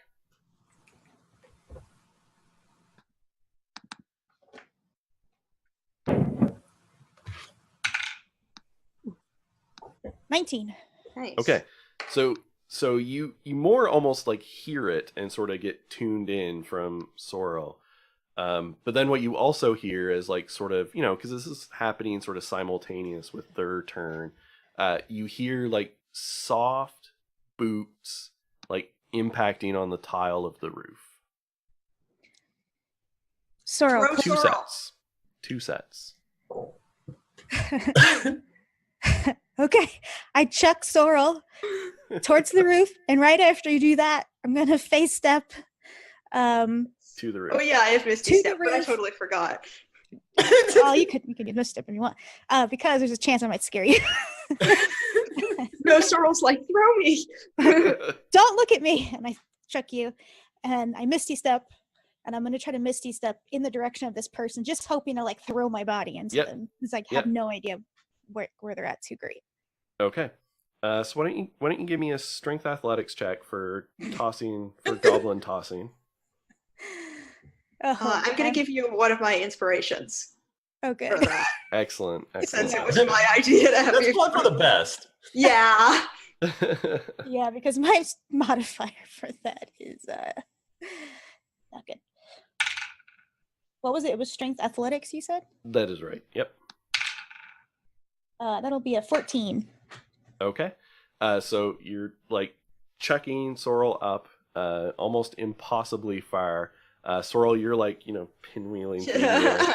Why don't you go ahead and you make me a dexterity acrobatics check? Sure thing. You know what? I really want this to work. I'm going to use my inspiration. Well, one of those was a nat 1, so that'll be an 8.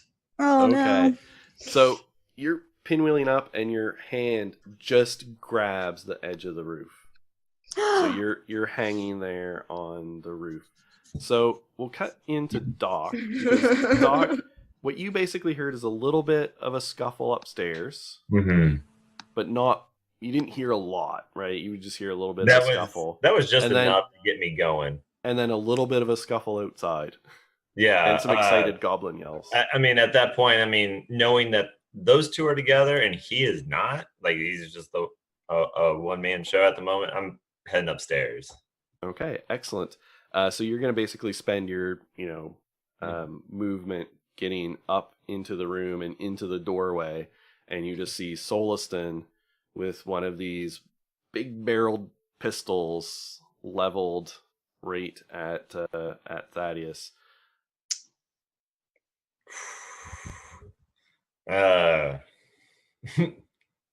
First thing that comes on is stop.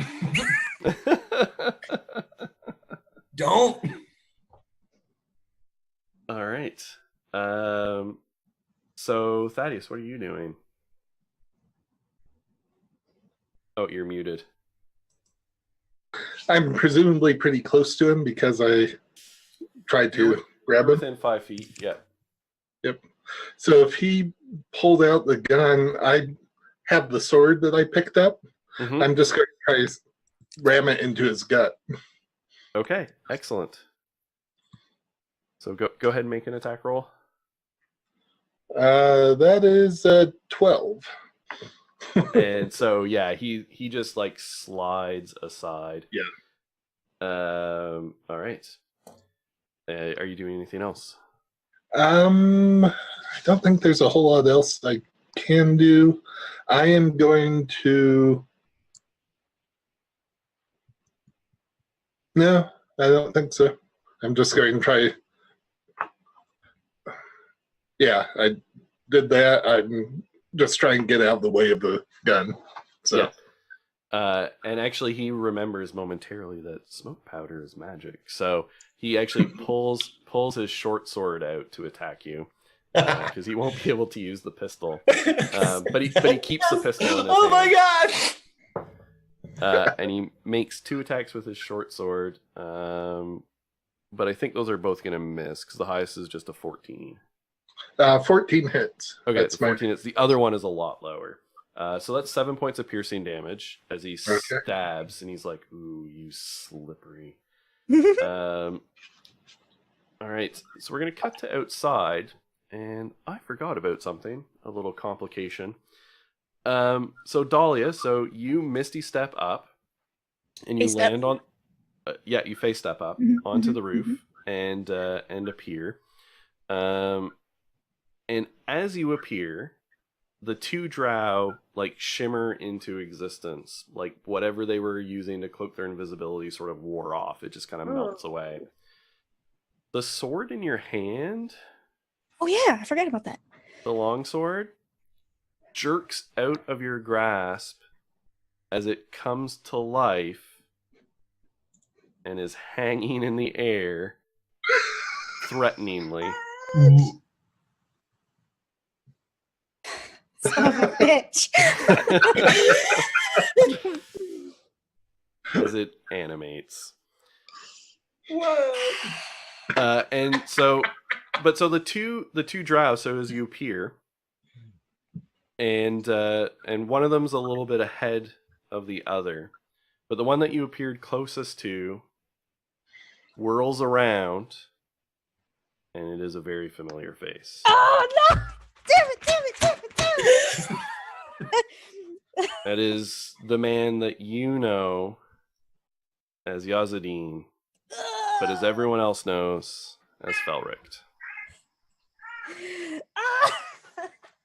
And his eyes go wide, and seeing the sword hanging in front of you, and he's got a pistol in his hand, he swings it over and fires at the sword.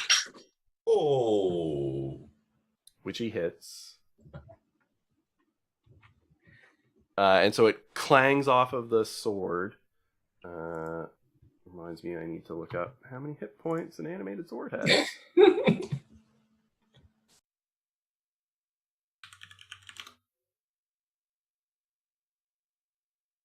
I don't think it's a lot.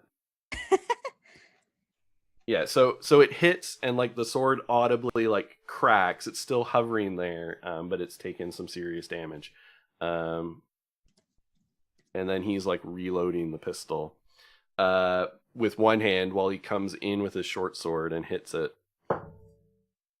And hits it again, and the sword like falls to the ground.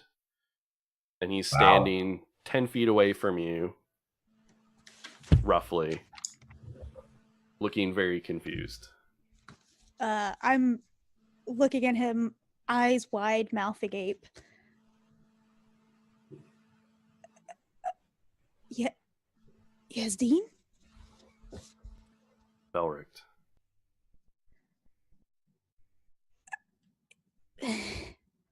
That's not the name that I know you by.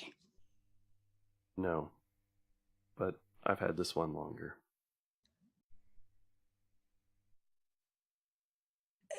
I'm so confused. When I heard, I thought maybe, but I didn't know. When you heard what I need more explanation. You've been. When I heard who else was after the stone. Description that sounded like you, but I couldn't be sure until now.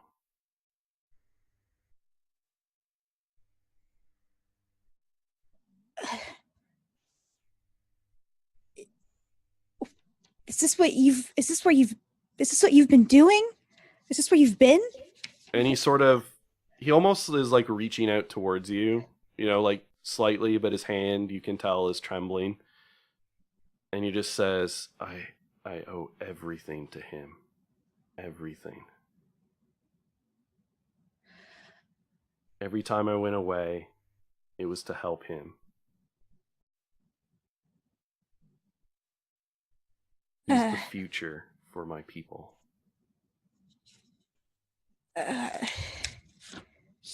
Why didn't you didn't tell me?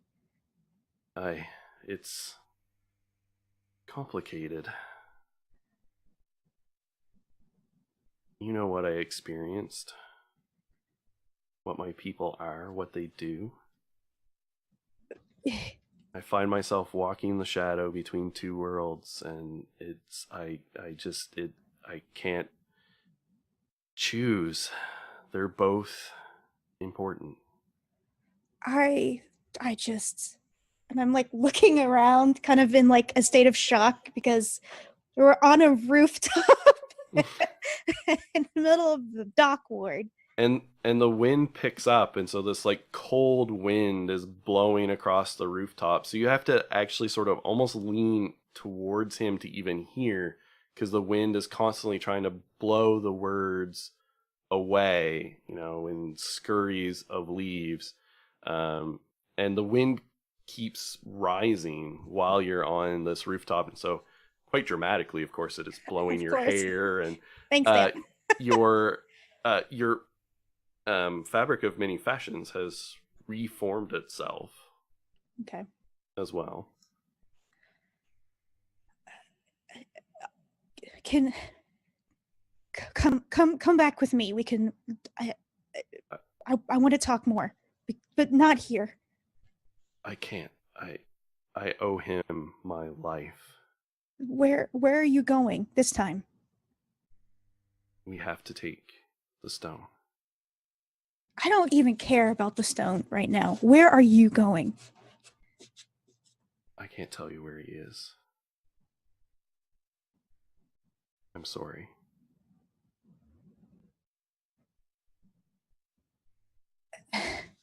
What? So this is just how it is? You disappear and you reappear, and then that's it. It's a job. I owe him so much, more than I could ever explain. Why? This money, this'll do good. Let me help you. I can't make that call, but I can ask. When can I see you again?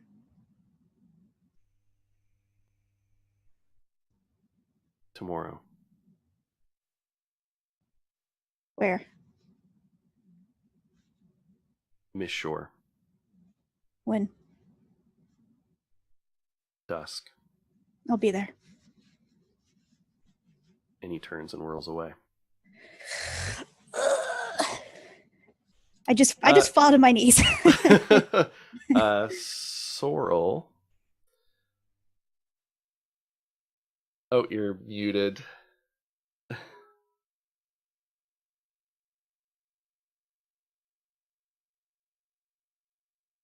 Sorry. I'm hoping I got to pull myself up onto the roof. Absolutely. Yeah. With a little time, you can pull yourself up. Sorrel just looks at Dahlia with huge eyes. It's like, that was so romantic. Who is that? And at this point, like, I'm holding back tears, like I'm talking through crying, you know? I'm sorry. I am sorry. It will be okay. I will go with you if you want, or not. Sorrel, can you make a promise? It depends on what it is. And what you saw up here stay between you and me. Will you be safe and not get yourself hurt? Yes. But if anybody else knows what happened, then I might not be safe. Can I make an insight check to see if Dahlia really believes she's safe meeting this man? Yeah, sure. Absolutely. This die has been rolling like either 7 or like over 15, and it was a 7, so that's a 10. So wait, maybe, actually, maybe is my not? insight better? Yeah, that's a 12. Okay, 12. Not bad. Dahlia? I look very sincere. Okay, if that is what you want. You do. Thank you.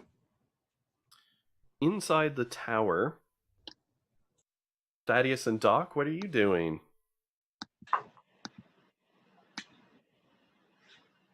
Oh, I think you're muted. Seeing Thaddeus kind of do a little bit of evasive maneuvers, hopefully seeing a moment of distraction. I'm just going to try to sweep the legs with the Warhammer. All right. So why don't you go ahead and give me attack roll as if you're doing a push.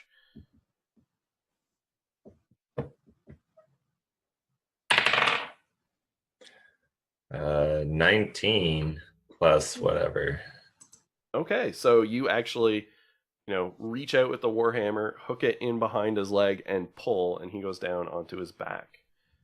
Thaddeus, what are you doing?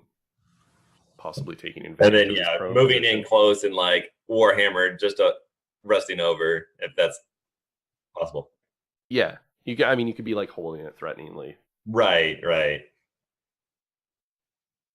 So seeing him fall like that, and Doc saying there, I just look down at him and say, Well, we find ourselves in a familiar situation here, don't we? Do you feel like talking to us? Okay. You can make a persuasion check. Yeah, I'm just waiting for him. Well, that's a 5. All right. And I mean, he basically just smiles that familiar, somewhat manic grin as he pushes himself to his feet and just says, I think not. But I see that. I think we've bought just enough time. And while I'd love to gut you like a fish right now, business calls. And he whirls to go and like dive out the window. So you do get an opportunity. You both get an opportunity attack if you desire with your reaction. Yes. Absolutely. Oh yeah. Oh, nat 20. nice. Nice. He ain't going nowhere.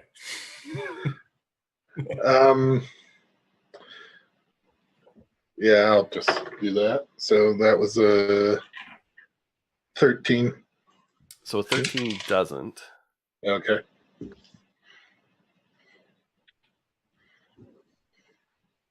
And Doc? Sorry? You're in at 20? Yeah. That's 4. Or wait, that was a crit, right?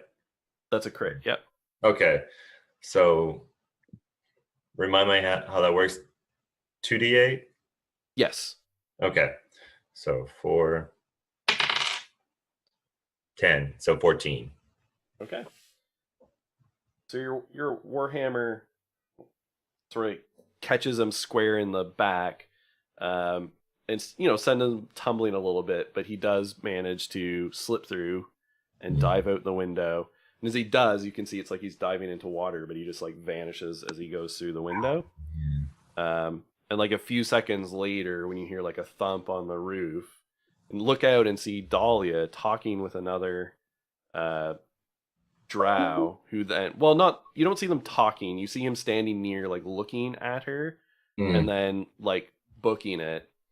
And then a second later, Soliston hits, and the 3 drow are like running across the rooftops. Can I take a shot at Soliston with my longbow? Yeah, absolutely.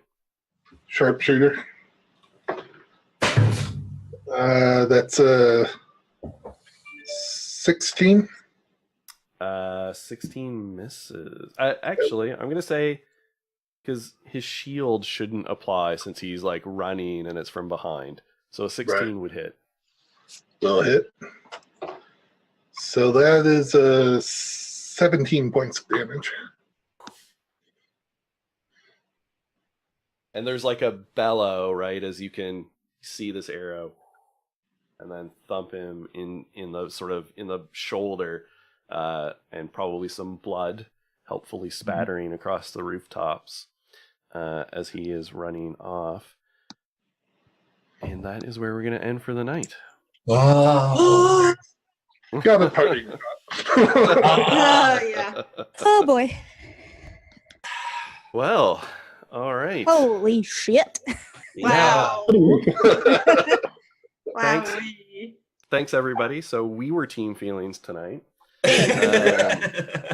Instead of the Monday crew. Yeah. All right. So thanks everyone for tuning in. Variant Roles. I am your DM, Dan Gaston. You can find me on Twitter at MadSciDM. You can follow us here, obviously, on the channel on Twitch. You can find at Variant Roles on Twitter to follow us. There's a Patreon below. You can Google us. We got all our back stuff on YouTube. The rigmarole. So let's go around and find everyone. Everyone can tell us where we can find you on the internet, what you've got going on this week, and your favorite moment of the week. Or of the night, sorry. So let's start with, we'll go sort of almost reverse-ish order. Let's start with Ryan. Yeah.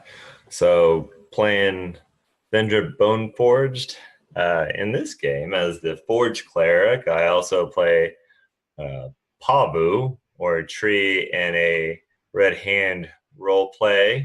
You can find on Podbean, Facebook, iTunes, all that. And yeah, the Storm Sorcerer I started a couple weeks ago, almost died just trying to cross a sandbar. God bless level 1. Excellent. So yeah, that's where you can find me, and at rrutabach on Twitter. Excellent. Thank you very much. Jeff. Jeff, Atomic Straw on Twitter. I'm basically here on Variant Roles and nowhere else. This was quite the night. My favorite part, honestly, though, was just talking to the disembodied guy inside the Metal Beholder without investigating it at all. He didn't want you to investigate him. No. He was hiding. Staying where it's safe. Excellent. I enjoyed that too. Hannah.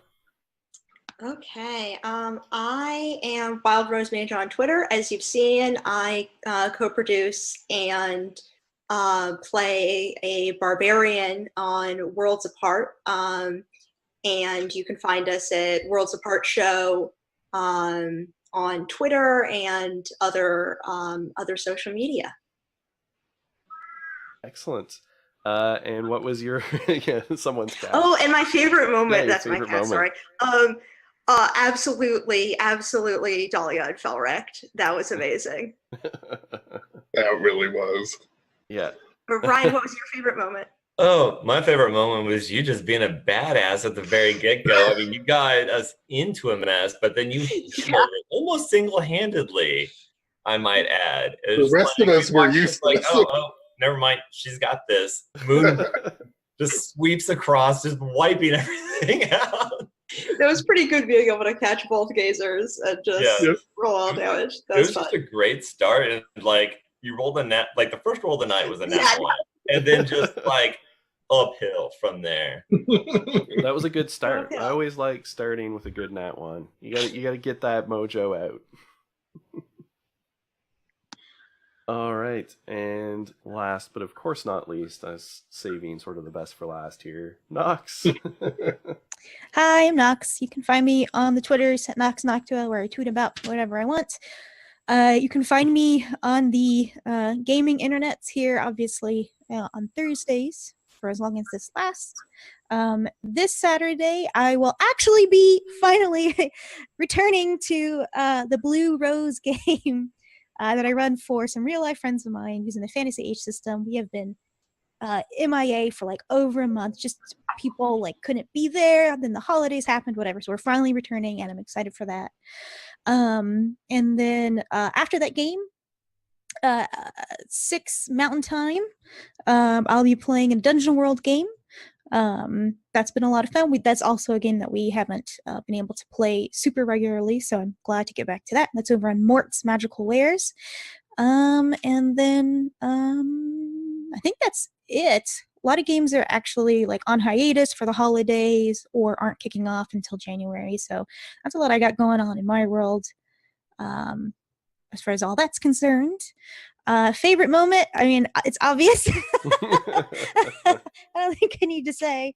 Yeah, like I've been waiting for that shoe to drop for so long, ever since I asked Cleo, ever since Dahlia asked Cleo, like, hey, have you heard this person? And then, Alex's character, Alex is like, have I? And I'm like, no, it's probably no, this is just like a shot in the dark just for like, my fun to role play my character. And then Dan's like, actually, you have, and blah, blah, blah, blah. And I'm like, oh my God. So every time we've run into like anyone that has light hair or is a drow or a dude, or like I'm just waiting for the checklist to happen. Yeah. Well, I mean, as soon as you gave me your backstory and I saw that, and I was like, oh, I know where this is going. But so I've been waiting for that for Yay. a while myself, and I knew that unless you guys went way off the rails, that it would happen tonight. So I was pretty excited. And I will say, like micro fave moment was when he took out the living sword or whatever it's called.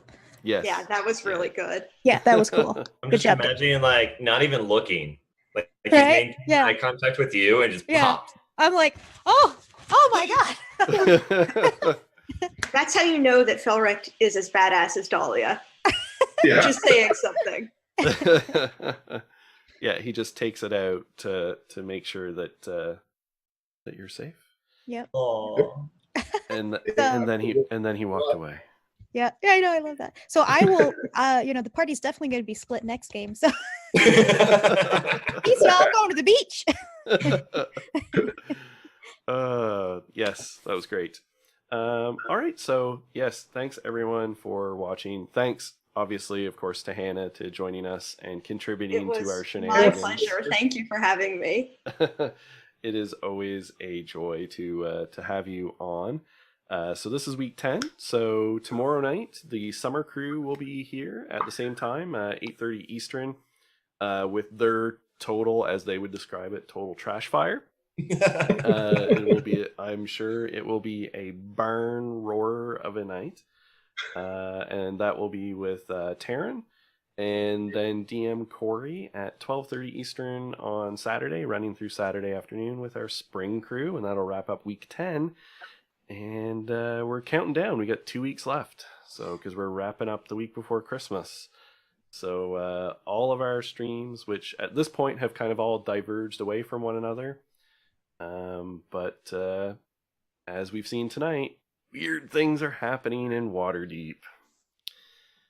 So feel free to speculate, talk about it on Twitter. I promise our players don't actually know, so they can be free to speculate right along with you, but they might guess, but they don't actually know. So thanks for joining us, everybody, and we'll see you here next week. Bye, everyone. Take care.